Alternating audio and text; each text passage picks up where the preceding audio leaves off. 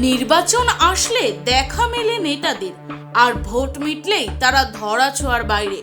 এই চিরচেনা অভিযোগে এবার উত্তপ্ত কাছাড়ের ধলাই বিধানসভা কেন্দ্র। বিজেপির শক্ত গড় হিসেবে পরিচিত এই হাই প্রোফাইল আসনের বিভিন্ন প্রান্তের রাস্তার কঙ্কালসার দশা নিয়ে ক্ষোভে ফুঁসছে সাধারণ মানুষ। কেন্দ্র ও রাজ্যের ডাবল ইঞ্জিন সরকার, তবুও কেন ধলাইয়ের আনাচে কানাচে রাস্তার এই বেহাল দশা? স্থানীয়দের অভিযোগ, ভোট এলেই নেতাদের প্রতিশ্রুতির বন্যা বয়ে যায়, কিন্তু কাজের কাজ কিছুই হয় না। সম্প্রতি গ্রামীণ রাস্তা মেরামতের জন্য ধলাইয়ে 50 কোটি টাকার প্যাকেজ এলেও বেশ কিছু শিলান্যাসের মধ্যেই সীমাবদ্ধ রয়েছে উন্নয়ন। অধিকাংশ রাস্তার অবস্থা এখনো তথৈবচ। এই বঞ্চনার প্রতিবাদে গতকাল বৃহস্পতিবার ধলাইয়ের ভুবনধর জিপির পুনিখাল বস্তির 2 নম্বর গ্রুপের বাসিন্দারা বিক্ষোভে ফেটে পড়েন।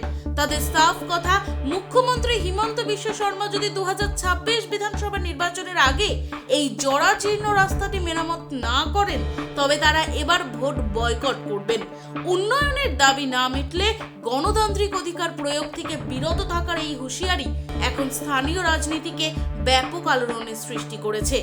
কাল বসতিয়ে বড় কষ্ট পাই, বাচ্চা কাচ্চা লইয়া পথে ঘাটে হাঁটিয়া যাইতে পারি না। একটা রোগী হয়ে গেল, বেমার হয়ে গেল, পরে মেন রোড নিয়ে দেওয়া লাগে। ভোটের আগে যদি আমরা এই পথ হয় না, তাহলে আর ভোট দিতাম না। রাস্তা একটু কইতে আইসেন করিমল না, রাস্তা আমরা দিব কিছু আমরা এখনো পর্যন্ত দিলাই না রাস্তা এগু। এমনি আইয়া দেখিয়া গেছে, কইছে গার্ডওয়াল দিব, গার্ডওয়ালও কিছু দিছিল না আমার। স্কুলে গিয়ে আপনি দেখেন, স্কুলে যে জল আই না, জল নদী থাকে উঠিয়া একদম রাস্তা স্কুলে ভর্তি করি আমার গড়ও উঠি যায়।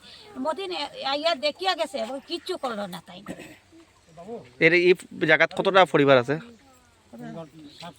700টা পরিবার আছে। Bureau report, voice 365 Bangla.